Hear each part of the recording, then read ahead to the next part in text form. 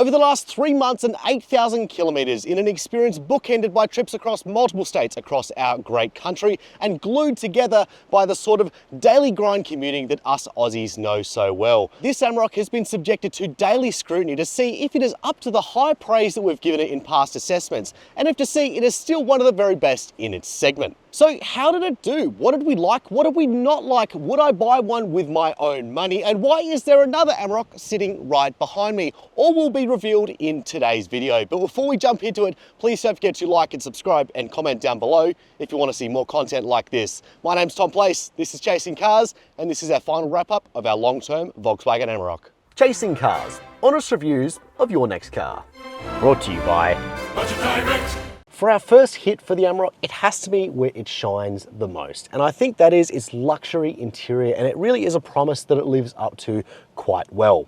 Just having a look at the design at a whole, really, it does look a cut above its rivals out there, which are very plasticky, lots of piano black everywhere. This looks very modern, it looks very fresh, and I really have grown to love it over my time with this car.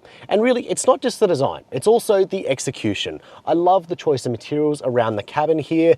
I really like the material on top of the dash here. It looks really nice, and the stitching is really well executed. Same with the material on the sides of the door here. It's a nice little contrasting effect. Aussie red dirt, I believe they call it. And it's got this nice sort of cracked effect. Looks a bit like our drought-stricken Outback. It's very nice, very cool indeed. It continues also to the steering wheel. This is nice, feels really good in the hand. Unfortunately, we don't have fully separate climate controls like I did in my Triton long-termer. They are sort of partially integrated, but for the most part, you're going to be doing all your tasks through the touchscreen. Bit of a drawback, gotta say, but we do, on the positive side, have a really tactile feeling steering wheel here with these nice big chunky buttons, so you can just hit it and not look at it, which really is how all controls should be in my eyes. So that's also really good to see. But really, my favorite part of this interior has to be the seats. Not only do I also just love the contrasting effects of the two colors here, but I also love how comfortable they are. 10 ways of electronic adjustment on both of these front seats on the PanAmericana grade, including tilt adjustment, including lumbar adjustment. You really can dial these seats into your body type. And I've found on my long road trips where I'm doing 8, 9, 10 hours, this has really assisted me in not feeling too sore as those hours start to add on. So definitely a big point there for the Amarok, and especially if you're doing a lot of Ks like I am. In terms of tech, we do have quite a bit of it in the PanAmericana. We've got this 12-inch portrait touchscreen, really excellent. I also love the portrait orientation of it. As you can see that I've got the maps up at the moment, you can actually see what's on the road ahead, and I found that's very useful, also particularly when you're towing, so you know where you need to do a U-turn if you do need to indeed go and do that. In front of me, 12.3-inch digital instrument cluster, nice and clear, nice and crisp, and actually tells you useful information. But really, my favorite has to be that Harman Kardon stereo. I really love listening to that stereo, especially when you're on the highway, where the whisper quiet nature of this interior combined with the fact that you've got a nice crisp clear stereo that you can listen to at a low volume means that you don't have to give yourself a headache just trying to hear the details of your music. So nice touch there. But it's not all rosy in the interior front, I'm afraid, and I've actually got a few negatives that I need to roll through about this cabin space, starting with missing features, I'm afraid. This does have heated seats for the front seats here, but it doesn't have cooled seats, and I really do think that is something that we need to be seeing more in cars at this price point, because we're seeing it on cars that cost $20,000, $30,000 less. It's time for Volkswagen to introduce these to the Amarok, and I'm a bit confused why they don't offer it on any grade when it is offered on the Ranger. And while I'm having a whinge about missing features, I'd love to see a heads-up display, and also in the tray. It's really strange that there's no 12-volt socket. There is a 12-volt socket back here, but then you look to the Ranger, the sibling vehicle of this, and they have a 3-pin socket, and that's something that's been introduced relatively recently. For the incoming MY25 models, Volkswagen has finally fitted 3-pin 230-volt plugs into the Amarok, backed by a 400-watt inverter. It joins other upgrades such as a trailer assist mode to make reversing a little easier when you're hitched up, along with both alloy and steel tray cab chassis options for core, life and style. But the real upgrade, the beautiful new shade of reed green metallic. And that leads me into my next miss, which unfortunately is build quality. Now, for the most part, I've been pretty impressed with the build quality of this vehicle. I haven't had any reliability issues and I haven't had anything really major go wrong. Everything feels pretty well screwed together, even after long periods of time driving on some really rough roads. But there have been some things that have happened that I need to point out to you in the interest of transparency. Like I pointed out in my intro video, the fuel cap came off in my hand pretty much the first time that I filled up the vehicle with 400 Ks on the clock. I could not believe it. It just broke off in my hand because the screw was a little bit broken. I'm not really sure what happened there. The roller cover also has had a few issues where I've had the cable just hanging down because they put it on with double-sided tape, which eventually, naturally, started to fall off over time. And as time has gone on, I've noticed that some other things have started to pop up, like, for example, this squeaky center console, which makes noise every time I go around a corner with high G-forces and I have to brace myself against it. And it really is a bit of an annoying thing that I would be complaining about to a dealer for sure. And lastly, and I swear this is the last thing I'm going to complain about this interior for, and it is the interior practicality. There's some small things and then we'll go into some bigger things. Starting with some smaller things, this center console is kind of a waste of space. If you jump into a Ranger, for example, you'll notice that the shifter is to one side and you have the cup holders here and here, and there's lots of extra storage. But there really isn't in the Amarok. They've just slapped it right in the middle here. There's no buttons either side here. I, for example, would really love to have a button to turn off the stop-start system. It's a real nuisance at roundabouts, but alas, no, we don't. We just get these cup holders here, which aren't very good because not only do you have to have your arm at a bit of an awkward angle, but you can't really put tall bottles in because they clip on the edge here, and it's just a bit of a nuisance in general. But that's the pretty minor stuff out of the way. Let's talk about the bigger stuff, and for that, we're gonna have to go to the back seat. Up until now, pretty much all the misses that I've pointed at in the Amarok have been, honestly, pretty minor. But this is one area where I think Volkswagen has genuinely dropped the ball, and that is the back seat. I think the back seat is underdone, I think it's small, and I also think it doesn't really have that much in the way of features. Now, starting in the positive end, I will say that it's nice to have these little pockets back up here, nice to put little knickknacks and things like that, and it is good that at 6 foot tall, sitting behind my own driving position, I do have a good amount of room here. I like that it's cut out in the seat, it's nice and spacious, really. Seat's not very high, but it is a ute. Unfortunately, you're going to have a little bit of that. But unfortunately, when it comes to space, it's really not very good, unfortunately.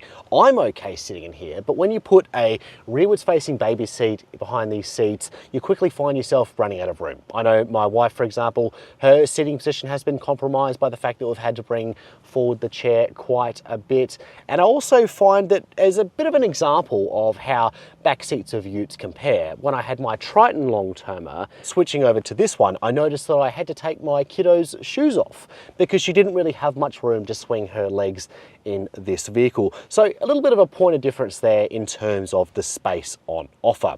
I also think it's a bit disappointing that we don't have basic things like USB ports down here, and also your tops out here, look, they do revert to heart surfaces. I know that this is a ute indeed, but it is pitched as a luxury ute, so I do think those things matter just a little bit more. I'll also say with the back seat, it's really disappointing that this is just a flat bench, both on the bottom and on the top. It means that, for example, when I'm taking out baby seats and putting them in another car, which I do frequently, I tell you, it's a little bit of a complicated process because I have to undo one seat and then I have to go around to the other side and undo that seat before I can take either out, because you can't pull down the top bench here to then reach the top tether until both of the seats are undone. And it's a similar story with the bottom of the base here. Say, for example, you want to fit in a tall item and you want to have a baby seat in here at the same time. You can't do that because it's a single flat bench. Not to mention, there's also no storage under there, so there's not much point doing it anyway. I'm sure you guys are sick of us banging on about it now, but the fact remains that the Volkswagen Amarok and its Ford Ranger sibling are head and shoulders in terms of driving dynamics over the competition. And not just driving dynamics either, but also comfort factor. And it really is so rewarding in so many different areas of owning this car. When you're in town, it's simply a lot more comfortable. When you're on high-speed country roads, it's simply that much more capable, and you really can trust it a whole lot more than you can some of its rivals. And I think what's also really remarkable about how it drives is the fact that this is still a very traditional setup. We still have leaf springs in the rear, you know, there's no coil sprungs or adaptive suspension at play. This is a passive setup on traditional leaf springs. It's just down to the tuning. The tuning is really good and it's really consistent, and it's also consistent across a variety of circumstances. When you have a load in the back, when you don't have a load in the back, a lot of its rivals just really struggle to match that breadth of ability that the Amarok brings to the table. The PanAmericana and the Aventura also run on a different suspension setup to the rest of the Amarok range, called the dynamic suspension setup, and it definitely does live up to its name. It's a little bit more dynamic, as the name suggests, and it's also just a little bit more comfortable, I think, but it doesn't come with big compromises on the other end in terms of load carrying ability, and I think that definitely is a reason to go for the PanAmericana grade, although I don't really like how the ride is on the Aventura with its massive 20-inch wheels, but on these 18s it's actually pretty good. My main issue is that if this is the PanAmericana grade, it's the off-roady grade. One of the first things you do with an off-road targeted vehicle is you get a lift kit, so it kind of doesn't really matter what suspension setup you have to start with. But if you're happy with the ride height how it is, then perhaps that might be one reason to look towards the PanAmericana. I can only go for so long without talking about this beautiful 3-litre turbo diesel V6 engine. Honestly, it's one of my favorite engines out there, and it just feels so fit for purpose in this Amarok. Zach, our former staffer, had similar impressions when he drove his Ford Ranger Wildtrak V6 long-termer, and really all I can do is echo his praise.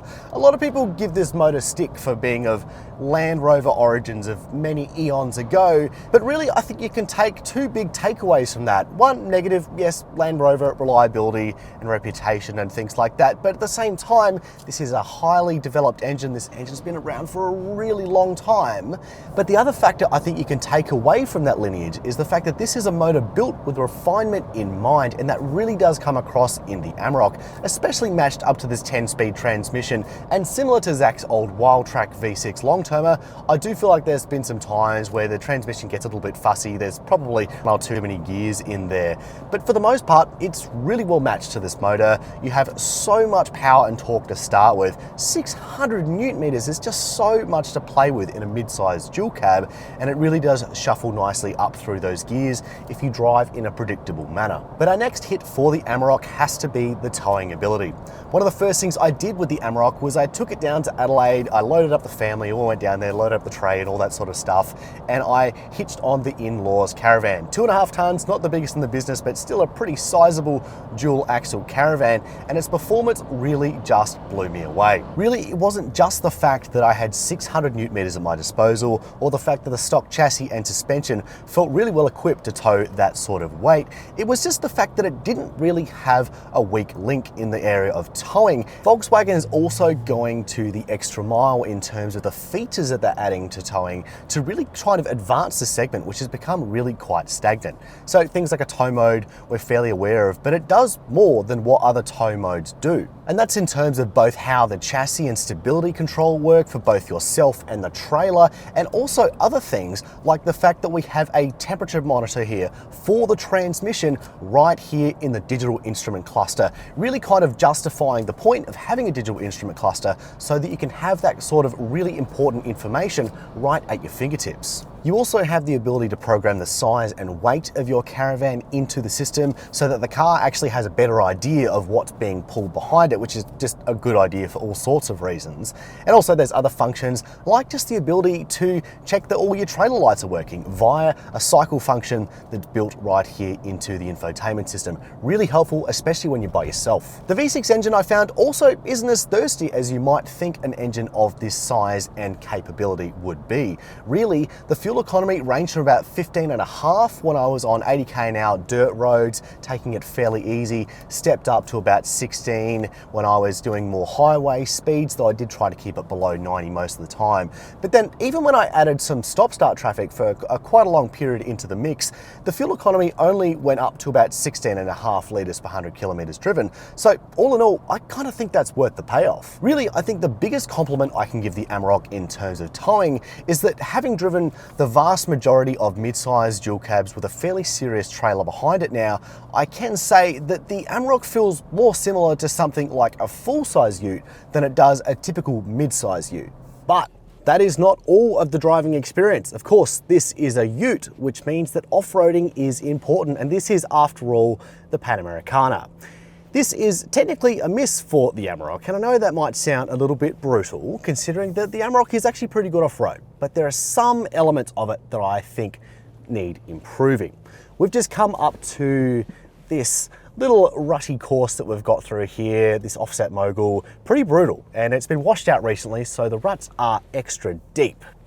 Now, unfortunately, the first thing I have to do when I get here is I've got to turn on the locking diff. I've tried to get through here with just the base traction control and no dice, unfortunately. So let's just turn that on. Yep, that's turned on now. Thankfully, we do actually have a dedicated button for that one. And ooh, you might hear us having a little bit of clearance issues. I'll touch on that one more in a second. But with the locking diff on, it does actually go okay. And what I really like about the V6 is that you really do just have such smooth control. Like it's really quite delightful. And just really low RPMs, nice and controlled. Ooh, jeez. Now, you might have heard we had a few clearance issues just through there. Fortunately, Volkswagen does actually offer a solution to that in the form of their 40mm lift kit. It's made by Old Man Emu, but their engineers also helped in the development of that one, so it actually drives pretty good as well.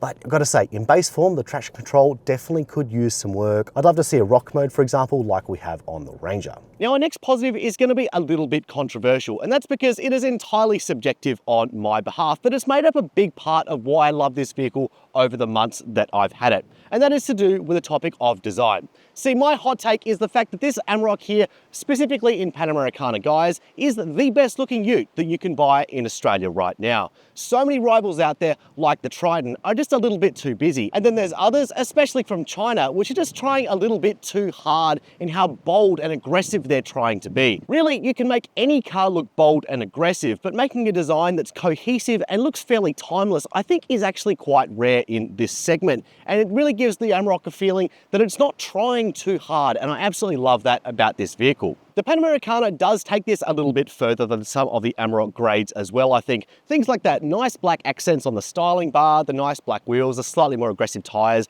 I think really do bring together the design to look much more the part, look a bit more genuine in its off-roady credentials, and I think that really is a nice touch. But while I'm out here, I want to focus on something that we don't necessarily talk about all the time, but we probably should, and that is the topic of headlights. See, the Amarok comes fitted with a very special set of headlights. It's matrix LED headlights, which is unfortunately a bit of a rarity in this segment. We don't really see this on the American trucks, and it's kind of hard to get on other mid-size utes like this one as well. You do get it on the Ranger, but really only on the very highest grades, even on the Wild Track, which is essentially the equivalent to this. It's an optional extra, whereas this is fitted on the style grade below this and above. But why are they so special? Not only do these headlights have the ability to turn while you turn, while you're going through those country roads late at night, but they also have the ability to light up specific sections of the road. So you're not going to be blinding that other person coming the other way, but you are going to be lighting up the side section of the road so you can keep an eye out for things like kangaroos.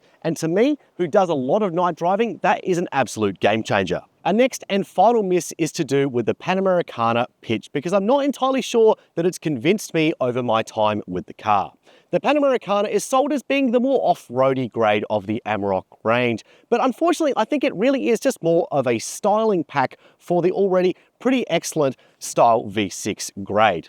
Yes, it is a little bit more off-road focused with things like these all-terrain tires on these lovely 18-inch wheels, and don't get me wrong, I think this thing looks absolutely wicked, as I said before, especially with the styling touches and the black accents around this car, but it doesn't really go far enough, I think, to justify the pretty mammoth price increase that comes with going for this grade. Really, if this is going to be an off-road focused grade, I think it needs things like a front-locking diff, maybe a specialized traction control mode like a rock mode, for example, as we have on the Ranger.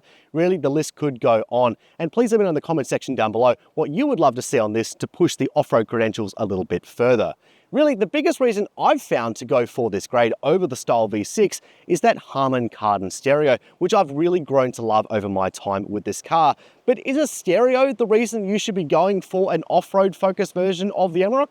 I don't really think so. So I don't know, I'm not really sure that the PanAmericana grade is the one to go for, especially when the Style V6 has so many of the good things we love about the Amarok, and specifically this one. Things like that V6 engine, the rock solid driving characteristics and towing ability, and also just a lot of the features like the 12.3-inch digital dash. Really, the list does just go on. It is mainly, unfortunately, just a bit of a styling pack, this grade. Our next and final positive for the Amarok is the topic of running costs, because I've actually found them to be surprisingly affordable when I've been investigating and living with this car every single day. Now, when you're looking at servicing, it's actually pretty good. Over a 5-year period, you're paying about $2,200 if you go for a care plan. And most importantly, that makes it a lot cheaper than many rivals out there, like the D-Max, like the Triton, and many, many more. You'd think that a car that has 6 cylinders would be a lot more expensive to service, but evidently that is not the case.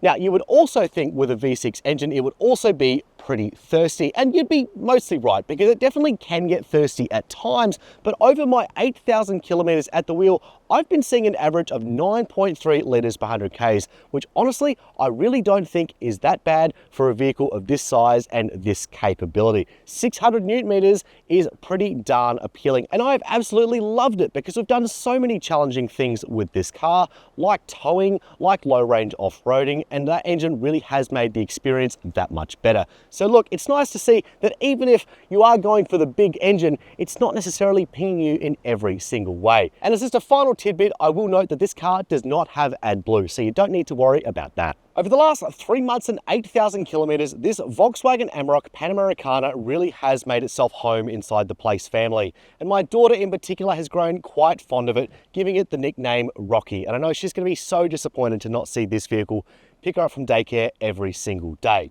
So with all that taken into consideration, is this a vehicle that I'd put down my own money to buy? Well, the truth is, I actually very nearly did.